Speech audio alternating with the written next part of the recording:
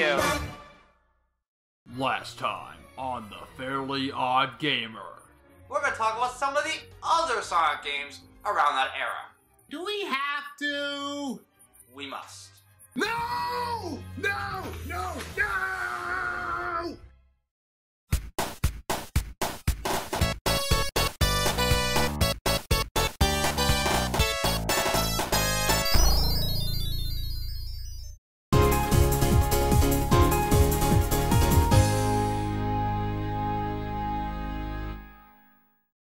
Hello, Internet viewers. I'm the Fairly Odd Gamer. With the main series out of the way, it's best that we talk about the spin-off games. Won't that be fun?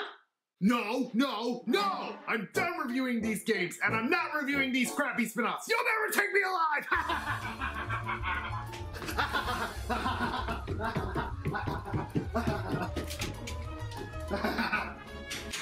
Oh, really?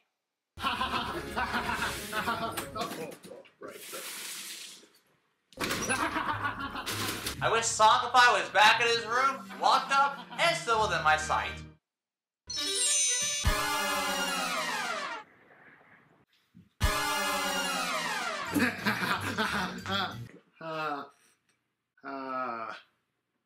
Oh, what the heck, man? You see, Sonicify? There's no way you can escape from me. Not only did I poop you back to your room, but I also locked the door so that way you can't leave. Curse you, Fairly Odd Gamer! You're evil! Evil!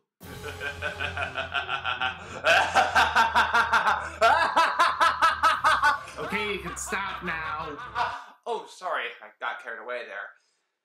Anyway, on with the review. With Sonic gaining more popularity over the years with the comic book series, as well as the Saturday morning cartoon series among others, Sega decided to cash in their product by doing what they do best, making more video games featuring the fast blue hedgehog as well as his friends or enemies. And first up, we have Sonic Spinball for the Sega Genesis. Hey kids, do you like Casino Night Zone from Sonic 2? Do you want to see that concept turned into a full game? Well, too bad! You're getting a watered-down version of that game instead!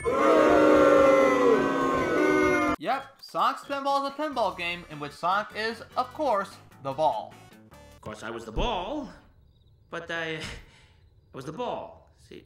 Sonic and Tails fly their way to Robotic's fortress on top of a volcano, only to have Sonic knocked off the plane via Nickelodeon slime and into the water below. Honestly, did Dr. Evil renovate Robotnik's lair? How about no? Anyway, Sonic swims his way to Toxic Caves, which is the first level of the game. If you ever played pinball before, then you pretty much know how to play this game. But unlike regular pinball, you can actually maneuver Sonic in mid-air, influencing him where to go. In every level, your goal is to collect all the Chaos Emeralds, all of which are blue. Why? I don't know. Go ask Sonic. And then you have to defeat a boss battle in the end. The game has a total of 4 levels, but don't be fooled because each of these levels are long. Besides Toxic Caves, there's Lava Powerhouse, The Machine, and finally Showdown. There's also a bonus stage after every level completed, and each of them feature characters from the Sad AM series. But other than that, it's pretty much it from what I can tell. So all in all, Sonic Spinball is not a very good game. The game looks fun, but it's difficult. Brutally difficult! Also the options menu music. Need I say more? Well, the music pretty much speaks for itself. Try listening to this without having to cringe.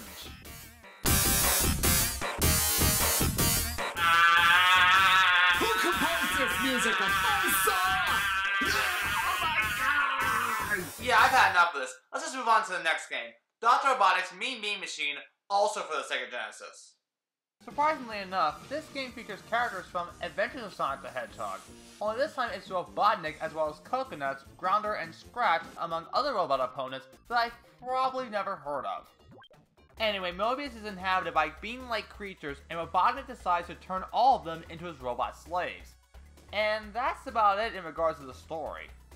If you know how to play Puyo Puyo, then you know the basics of this game. You try to pair up at least 4 beans of the same color together and make them disappear. So basically it's a different version of Tetris. Before each level, you get a cutscene that introduces your opponent and then the level begins. The only way to win is to have your opponent fill up their grid with beans with no available moves left. In order to do that, it's best to make as many combos as possible.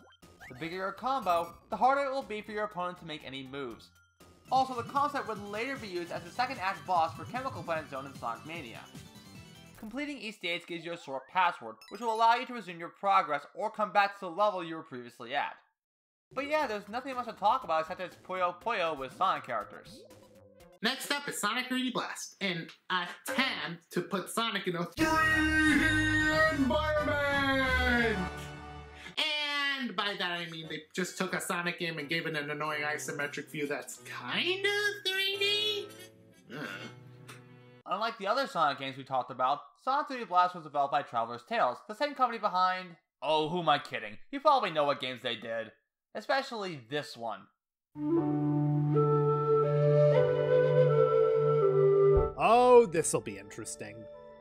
Seeing that it was made in 1996, it's safe to assume that this is the last Sonic game for the Sega Genesis. But any classic Sonic game has to have a compelling story. Dr. Robotic invades Flicky Island as he kidnaps, or bird-naps, all the Flickies in the island and turns them into robots. As Sonic, you have to destroy all the Badniks, therefore freeing all the Flickies. You have a meter that shows how many Badniks you need to destroy in each section of the level. Once you find all of them, you transport them to a giant ring, which unfortunately doesn't transport them to a special stage. Speaking of which, getting to the special stages is unlike anything else. Why? Because you have to run into either Knuckles or Tails and give them 50 rings. Doing this will automatically teleport you to a special stage, in which you have to collect the amount of rings needed. And of course, completing a special stage will earn you a Chaos Emerald. And what happens when you collect all of them? Well, there's good news and bad news. The bad news is that you will not turn into Super Sonic. The good news is you fight Robotnik for the last time, in a pathetically easy final zone. Like Sonic 1, each zone contains 3 acts, with the boss battle being the 3rd zone. Because this is a 3D game, you can jog in all 8 directions. Personally, I find that depressing because Sonic can move much faster than this. In addition, you can spin dash with a separate button, as well as collect rings and use Sonic emblems. Collecting enough of them will earn you a continue. Power-ups in the game are a little bit more limited than Sonic 3 and Knuckles, with the Fire Shield being the only returning elemental shield from that game. But to make up for it, the game introduces the homing shield, which homing attacks any nearby enemies. What's that? You thought Sonic Adventure was the first to use this mechanic? Nope! This game beat Sonic Adventure to it 2 years before that game came out. Graphically it looks okay, but knowing that they made Mickey Mania 2 years prior, I actually want to see more out of them. The level design is all over the place, and there are times where I have absolutely no idea where to go. I mean, it is colorful, but clearly the pre-rendered graphics haven't aged very well. Green Grove Zone is your typical Green Hill Zone, and that's basically it. Except that the music for this level, as well as a few others, would later be used in Sonic Adventure. Rustic Ruin Zone has ruins, as well as these fans that make Sonic spin like a ballerina.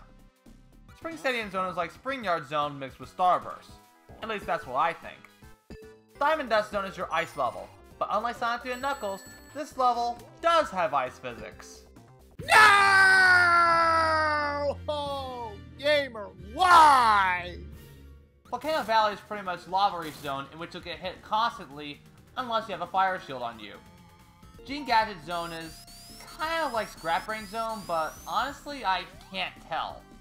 If you have any idea on what this level is supposed to be, let me know in the comments. Panic Puppet Zone is probably the most difficult level in the game, and perhaps the most interesting level in the game. Why? Because Act 2 doesn't have Sonic rescuing Flickies. This is what the entire game should have been. Indeed. This leads to the final zone, which requires you to get all the Chaos Emeralds as mentioned before. It's a one-on-one battle against Robotnik, and it's easy. After defeating Robotnik, Sonic escapes via a giant ring, as the Flickies are now roaming free in Flicky Island. And everyone lived happily ever after. The end. Also, it's important to note that there is a Sega Saturn and PC port of Sonic 3D Blast, which are basically updated and slightly better versions of the Genesis game. In the PC port, the graphics for everything look much better and are more detailed.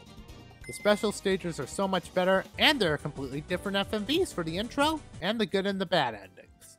The levels are basically the same as other versions, but they look much better overall. But if you want to have a better experience, I suggest playing the Saturn version. It's much clearer, and I'm sure you have a better experience with it, especially with the analog control. The PC version is pretty much a watered-down version of the Saturn version and nothing else. However, if there's one thing that the PC version is better at than the Saturn version, it's the loading screens, but only because they're much shorter. So out of the 3 spin-off games, which ones would you prefer? For me, I'd recommend Mean Bean Machine, but here's why. Mostly because for me, it's the most fun out of all the games we reviewed here. Oh, I mean, yeah, it is just Puyo Puyo, but that's not necessarily a bad thing. Sega basically said, if it ain't broke, don't fix it. And that's what they did for Dr. Robotnik's Mean Bean Machine. Took Puyo Puyo, added Sonic characters, from the Sad AM cartoon at least, and didn't try to update or change anything. Sonic Spinball I wouldn't recommend at all, because it's basically a bad version of Casino's Night Zone slapped together in 4 long levels of pinball. Just play Casino Night Zone if you want the full Sonic pinball experience. As for Sonic 3D Blast, it's okay at best. The levels are non-linear, and you can get lost in them a lot. The PC and Saturn versions are better, but only graphically and presentation-wise. I still recommend it, but only if you're curious about Sonic's classic game history. It's a hard choice, but I'd rather prefer Sonic 3D Blast. But it's only because I actually played this game as a kid. The game hasn't aged very well, but I still have a soft spot for it. Plus, it's the only Sonic game with a story that I believe makes the most sense. But other than that, the game can get repetitive and there's little to no exploration at all.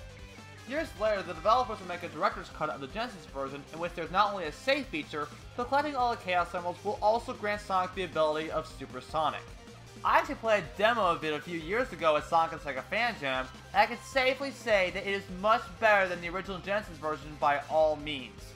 As for the other two games, I don't think they left much of an impact on me. Both Sonic Spinball and Dr. Robotnik's Mean Bean Machine have simple concepts, but I didn't really enjoy playing them that much, not because of the difficulty, but because of the lack of speed and adventure, which is what Sonic is supposed to be. Overall, these spin-off games aren't that good. Just mediocre at best. Well, that's Sonic Classic Games Month. I hope you enjoyed it. Bye! Wait a minute. Aren't you guys forgetting something? Hux? What are you doing here? Oh, hi, gamer. I was wondering maybe you forgot something is all. I don't think so. Why do you ask? Well, there's still one more week in the month, and I have a couple of classic Sonic games that both of you might want to try out. Okay. What do you have in mind? Well, one of them's a racing game, and the other is a fighting game. Huh. A Sonic fighting and racing game? I don't remember those being a thing. Well, unless you're talking about... Oh no! You don't mean...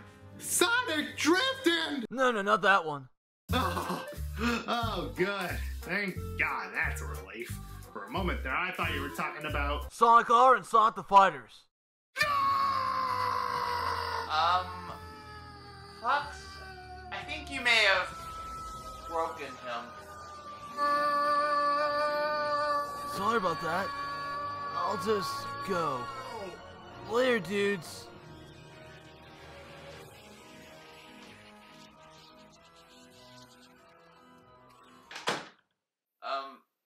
Are you alright there, Sonicify? This is gonna be a long week. I'm the Fairly Odd Gamer, and I wish you all good luck for the rest of your day, or night, wherever you are. Take care, everyone.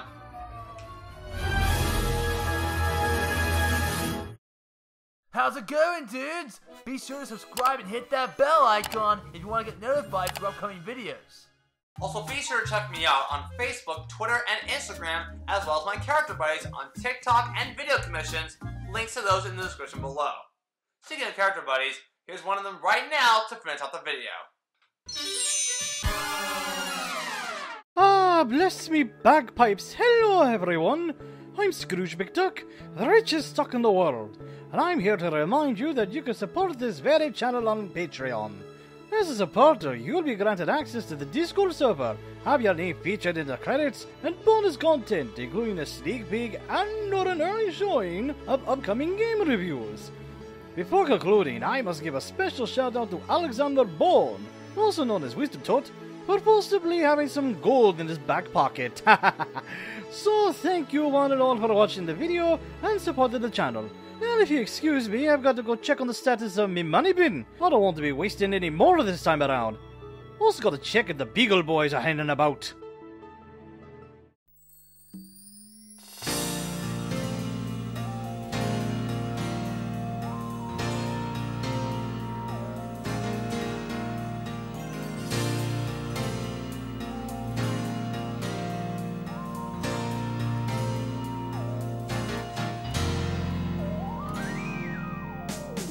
was trying to